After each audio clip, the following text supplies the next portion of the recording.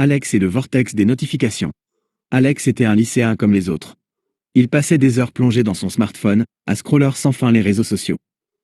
Les likes, les commentaires, les nouvelles tendances, tout cela le fascinait et le stressait à la fois.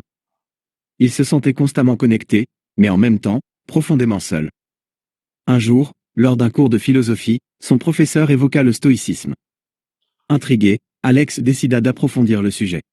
Il découvrit les écrits de Marc Aurèle, Sénèque et Épictète, des philosophes romains qui avaient vécu il y a des siècles, mais dont les idées résonnaient étrangement avec son propre vécu. Les stoïciens, apprit-il, prônaient une vie guidée par la raison et la vertu. Ils mettaient l'accent sur l'acceptation du destin, la maîtrise de soi et l'importance des relations humaines. Alex fut particulièrement touché par l'idée que le bonheur ne dépend pas des circonstances extérieures, mais de notre attitude face à elles. Pour mettre en pratique ces enseignements, Alex décida de mener une expérience. Il commença par limiter son temps passé sur les réseaux sociaux. Au début, ce fut difficile. Il ressentait une sorte de manque, comme s'il était déconnecté du monde. Mais petit à petit, il se rendit compte qu'il avait plus de temps pour ses passions. La musique, la lecture, les sorties avec ses amis. Il se mit également à tenir un journal. Chaque soir, il écrivait quelques lignes sur ce qu'il avait appris, sur les émotions qu'il avait ressenties. Ce journal devint son refuge, un espace où il pouvait réfléchir et analyser ses pensées. Un jour, un ami lui demanda pourquoi il semblait plus calme et plus heureux. Alex lui parla de sa découverte du stoïcisme et de son expérience. Son ami, intrigué, décida de l'accompagner dans cette aventure. Ensemble, ils formèrent un petit groupe de jeunes stoïciens, se réunissant régulièrement pour discuter et s'entraider. Au fil du temps, Alex et ses amis développèrent leurs propres outils pour faire face aux défis du monde numérique. La méditation. Ils pratiquaient la méditation pour se concentrer sur le moment présent et réduire le stress. La gratitude. Chaque soir, ils énuméraient 3 choses pour lesquelles ils étaient reconnaissants. Le détachement. Ils apprenaient à se détacher des opinions des autres et à se concentrer sur leurs propres valeurs. La digital detox. Ils organisaient régulièrement des digital detox, des périodes pendant lesquelles ils déconnectaient complètement de tous leurs appareils. Ces pratiques leur permirent de mieux gérer leur temps, d'améliorer leurs relations avec les autres et de développer une plus grande confiance en eux-mêmes. Leçon à retenir. La technologie est un outil, pas une fin en soi. Le bonheur ne se trouve pas dans les likes, mais dans les relations humaines. La maîtrise de soi est la clé de la paix intérieure. L'acceptation est plus puissante que la résistance. La gratitude transforme notre perspective. L'histoire d'Alex montre que le stoïcisme peut être une boussole précieuse pour naviguer dans le monde numérique. En appliquant ces principes, les jeunes peuvent développer une plus grande résilience, une meilleure estime de soi et une plus grande capacité à vivre le moment présent. Voici quelques mantras inspirés du stoïcisme pour vous aider à maîtriser votre utilisation des réseaux sociaux. Mantra stoïcien pour une déconnexion numérique sainte. 1. Je suis maître de mes pensées, pas de l'algorithme. Cela rappelle que nous avons le pouvoir de choisir ce que nous consommons et que nous ne sommes pas des pions dans un jeu numérique. 2. La valeur d'une personne ne se mesure pas à travers un écran. Cette affirmation remet en perspective l'importance de nos interactions réelles et nous invite à ne pas chercher la validation extérieure. 3. Le bonheur ne se scrolle pas. Un rappel que le bonheur est une expérience intérieure, et non le résultat d'une notification ou d'un like. 4. Aujourd'hui, je choisis la présence à l'absence. Cette affirmation encourage à privilégier les expériences réelles et les relations humaines plutôt que la vie virtuelle. 5. Je suis responsable de mon temps, je le consacre à ce qui compte vraiment. Un rappel que notre temps est précieux et que nous devons le choisir avec soin. 6. La comparaison est le voleur du bonheur. Cette affirmation rappelle que chacun a son propre chemin et qu'il est inutile de se comparer aux autres. 7. Je suis plus grand que mes appareils. Un mantra puissant pour se reconnecter à soi-même et à ses valeurs profondes. Comment utiliser ces mantras?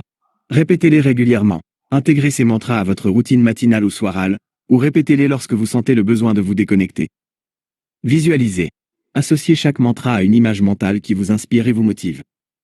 Mettez-les en pratique. Appliquez ces principes dans votre vie quotidienne en limitant votre temps sur les réseaux sociaux, en pratiquant la pleine conscience, et en cultivant des relations humaines significatives. Pourquoi le stoïcisme? Le stoïcisme nous apprend à vivre en accord avec la nature et à accepter ce qui est hors de notre contrôle.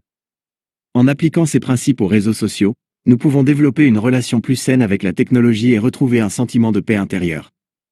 Pour aller plus loin, identifiez vos déclencheurs. Quels sont les moments où vous avez le plus de mal à vous déconnecter? Fixez des limites. Définissez des horaires précis pour utiliser les réseaux sociaux et respectez-les. Trouvez des alternatives. Remplacez le temps passé sur les réseaux sociaux par des activités plus enrichissantes, comme la lecture, la méditation ou le sport. En combinant ces mantras avec une pratique régulière de la philosophie stoïcienne, vous pourrez progressivement vous libérer de l'emprise des réseaux sociaux et vivre une vie plus épanouie. Voici une histoire courte qui illustre quelques principes clés du stoïcisme. Le philosophe et le jardinier. Un philosophe réputé pour sa sagesse errait dans un jardin luxuriant. Il admirait la beauté des fleurs, la force des arbres et la sérénité du lieu. Un jardinier, occupé à tailler une haie, l'aperçut et l'invita à s'asseoir.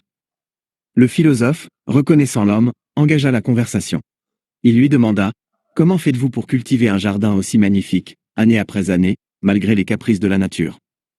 Les sécheresses, les gelées, les maladies, rien ne semble pouvoir entamer la beauté de votre œuvre. » Le jardinier sourit. « Mon Seigneur, la nature est puissante et imprévisible. Je ne peux la contrôler. Mais je peux contrôler ma réaction face à elle. Lorsque la sécheresse frappe, j'arrose ce que je peux. Quand les gelées menacent, je protège mes plantes. Et quand les maladies apparaissent, je les traite. Mais je sais aussi que certaines choses échappent à mon pouvoir. Un arbre peut mourir, une fleur peut se faner. C'est la loi de la nature. » Le philosophe réfléchit un instant. « Et comment faites-vous face à ces pertes ? » « Avec acceptation, » répondit le jardinier. « Je sais que chaque fin est aussi un nouveau commencement. Chaque feuille qui tombe laisse place à une nouvelle pousse. Chaque fleur qui fane annonce l'arrivée d'une autre. La vie, c'est un cycle sans fin. Mon rôle est de cultiver ce que je peux, d'apprécier ce que j'ai et d'accepter ce que je ne peux changer. » Le philosophe fut touché par la sagesse de cet homme simple. Il comprit que la véritable force ne réside pas dans le contrôle de l'extérieur, mais dans la maîtrise de soi-même. Il se rendit compte que le jardinier incarnait parfaitement les principes du stoïcisme. L'acceptation du destin. Le jardinier accepte les aléas de la nature, tout comme le stoïcien accepte les événements de sa vie. La maîtrise de soi. Le jardinier ne se laisse pas submerger par les émotions, il agit avec raison et mesure. La vertu. Le jardinier cultive son jardin avec soin et dévouement, incarnant ainsi la vertu de la prudence. Le présent. Le jardinier se concentre sur le moment présent, sur ce qu'il peut faire ici et maintenant. En quittant le jardin, le philosophe emporta avec lui une leçon précieuse. La vraie sagesse se trouve souvent là où on ne l'attend pas, dans le cœur de ceux qui vivent simplement et en harmonie avec la nature. Leçon à retenir. La vie est changeante. Acceptez les événements, qu'ils soient bons ou mauvais. Concentrez-vous sur ce que vous pouvez contrôler. Vos pensées, vos actions, vos réactions. Cultivez la vertu. Soyez juste, courageux, tempérant et sage. Vivez dans le présent. Ne vous attardez pas sur le passé ni ne vous inquiétez de l'avenir. Cette histoire peut être adaptée à de nombreuses situations. Par exemple, un athlète qui apprend à accepter la défaite. Un étudiant qui apprend à gérer le stress des examens. Un employé qui fait face à des difficultés au travail. Pour aller plus loin, lire les œuvres de philosophes stoïciens. Marc Aurèle, Sénèque, Épictète. Menez une réflexion personnelle. Comment les principes du stoïcisme peuvent-ils vous aider dans votre vie quotidienne ? Mettre en pratique ces principes. Commencez par de petits exercices, comme tenir un journal de gratitude ou pratiquer la méditation.